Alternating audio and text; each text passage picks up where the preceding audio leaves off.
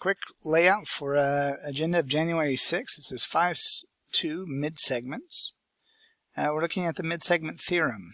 A midsegment is this: if we have a triangle like ABC, and you notice AC and BC have a midpoints at D and E, respectively, then this segment DE, this is the midsegment. Okay? That's the midsegment.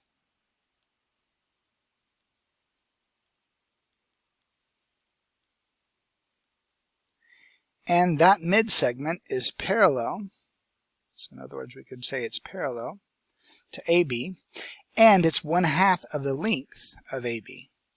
So very handy to know. Now, how do we use this to solve equations? Well, let's look at a picture below. We have the midsegments of the triangle ABC, so all these are midsegments, right?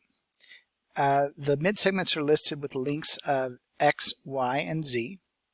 I don't have them named, but that's how we're going to kind of identify them. And we also have a few angles that we can see as well. And we're going to think about how you would find the list of the angles and the measures of the midsegments. Okay, so looking at this first one, this is X. Now X is the midsegment for side AB and BC. That means that X is parallel to AC. So this segment is parallel to this one. Okay? And X is half the length of AC. So AC is 26. So X would be 26 divided by 2, or 13. Really straightforward. I'm just cutting things in half. Let's think about the same thing for Y here. Y is parallel to this segment, AB. So Y is 1/2 of AB. AB is 20. 20 divided by 2 is 10. And finally, our last one, Z, is parallel to BC. Z is half of BC, so 12 divided by 2 would be 6. So that's how we find the lengths of X, Y, and Z, our midsegments. We just divide by 2. If we didn't know the lengths of the midsegments, if we knew the midsegment but didn't know the length of the sides, you'd multiply by 2. Pretty straightforward. All right, next thing we have to look at is how do we find these angles? Now, we're going to use properties of parallel lines.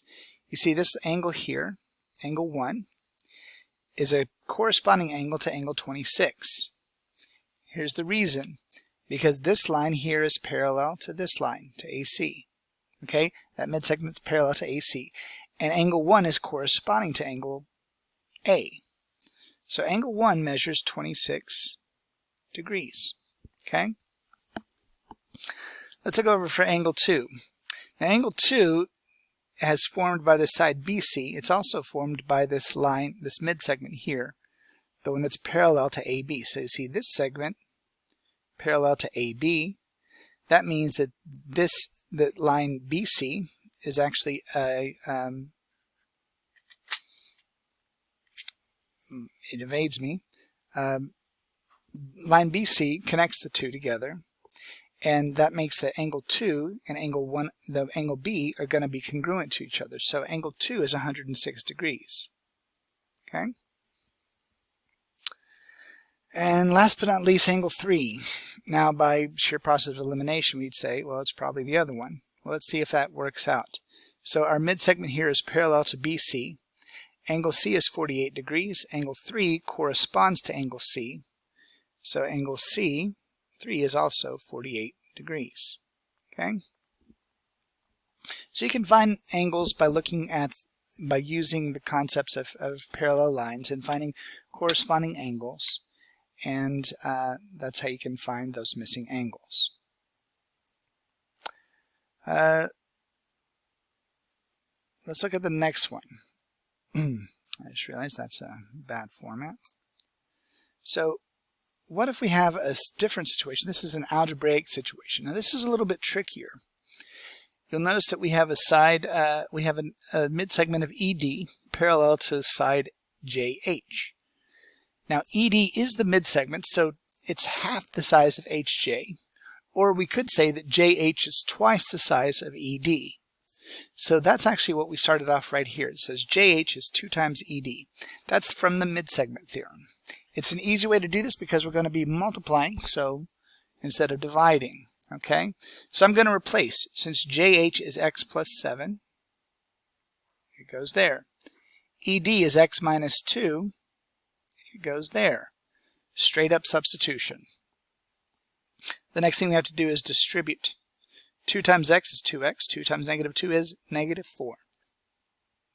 Next thing we do is subtraction property. What are we actually subtracting? We're subtracting x. You subtract x from the left side, you end up with 7. You subtract x from the right side, you end up with x minus 4. Okay? Step 5, it says, how do you solve for x? You'd have to add 4. Right? Add 4 to both sides, you end up with x is equal to 11. Now, if I do a substitution, it says JH is x plus 7, or 11 plus 7, which is 18. ED is x minus 2. That's 11 minus 2. I meant to write that out differently. But ED is 11 minus 2, which is 9. Now that makes sense. Since ED is 9 and JH is 18, we can say that comfortably ED is half of JH. JH is twice ED. Okay? Good. Let's go ahead and look at some other ones. We have the midsegment problems where we have just a single midsegment drawn. It says find CB. Okay. CB is the midsegment. It's parallel to line IG.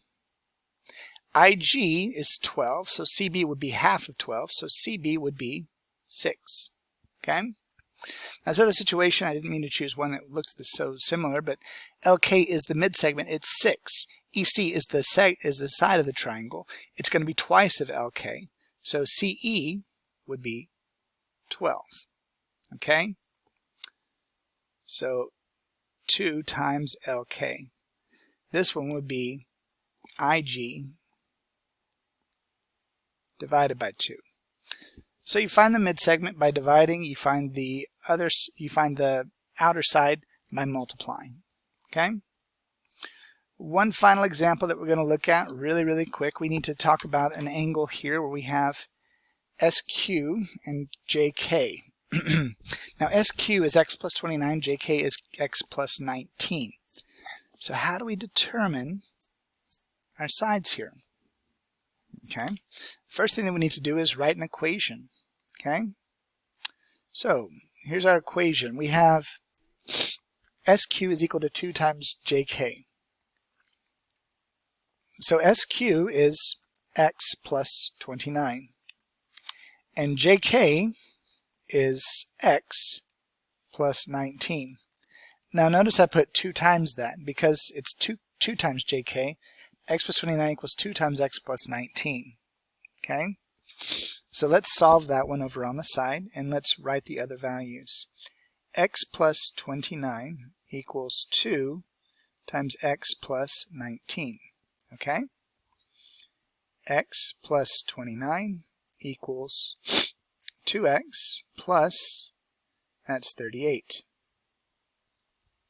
If I subtract x, I have 29 equals x plus 38. All right? So far, so good. Now I'd need to, subtract 38 on both sides. 29 minus 38 is actually negative 9, so x is equal to negative 9. Now let's see if that makes sense. If x is equal to negative 9, then JK is x plus 19. So it would be negative 9 plus 19. It would be 10. SQ is x plus 29, which would be negative 9 plus 29, which would be 20.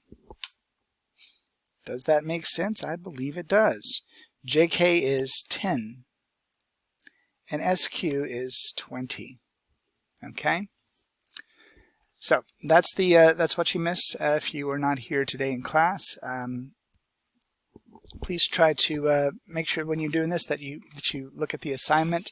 It's the mid-segment assignment 5-2. It's in Go Formative. Thank you very much.